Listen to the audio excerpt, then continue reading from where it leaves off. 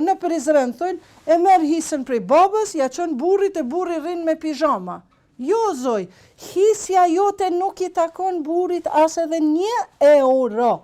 Të drejtat në femiri, vajza do me thëmë profeti Muhammed, vetëm një vajzë ka pas, s'ka pas djem, edhe ja kalon pasunin, ja kalon tër pasunin, fedekun i thënë, një bashë që ka qenë sa një qytes, ka pas me mia punëtor, mirë po kur vinë khalifatet, mas profetit Muhammed, nuk e vazhdojnë mesazhin e profetit që do t'jeti Imam Aliu lideri i popullit, ata krijojnë një zgjidhje demokratike dhe Ebu Bekri që nga fëmiria i bon pa drejtësi kujt? Vajzës profetit, duke i futur disa mendime të veta, disa hadithe të rrejshme, kinë se pejgamberët s'po trashëgoj kanë.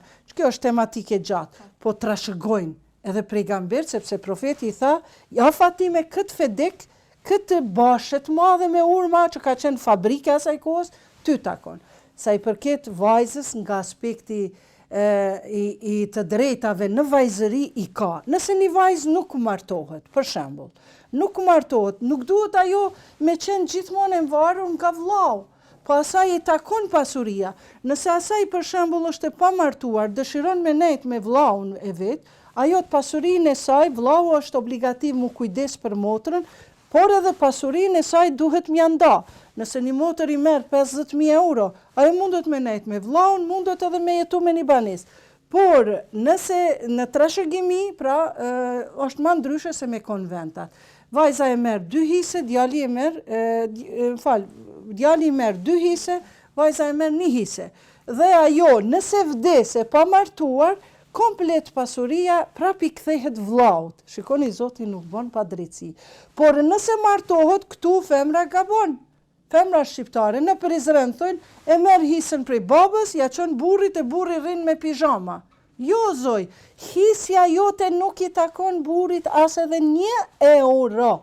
As edhe €1. Vetëm raste kur burri është i smur, burri nuk ka mundësi, i ka ndodh, atëherë është fisnikri, ose burri duhet m'ja ditë, ti si vajzë, ti duhet m'ja ditë standardin ati burrit që kur martohesh me ta, duhet me ditë çfarë standardi. Nëse vjehri jot ka një standard milionësh, zemër, ti duhet me këshyr standardin e burrit tanë, sepse po e merr për me bë dashni me to, me i dhënë dashni njëri tjetrit, me kriju një standard të juajin. Ajo e vjehrit që vjen, ajo është mirë se vjen.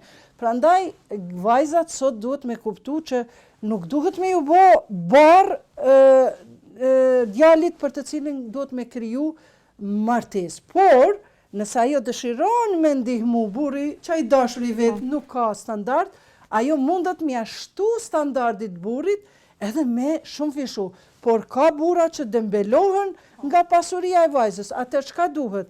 Ti, atë standardin tonë që ke marrë dhuratën nga prindërit e tu, ato duhet ta shumë fishosh, ta futesh në aksione. Ne kemi shumë femra në për Amerikë që kanë pas pasuri edhe e kanë fut në aksion.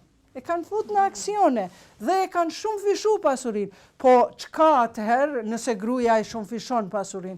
E shumë fishon edhe prap, unë kur vdes, unë gjysën e pasurisë i takon burrit tim, kështu Zoti na mëson. E gjysën tjetër ja japim fëmijëve. Domethënë ka ta kthen gruaja, roli i gruas, të drejtat e gruas, nga aspekti hyjnor janë tepër të bukura, tepër dinitoze, i krijojnë një status gruas si vajzë, si e martuar.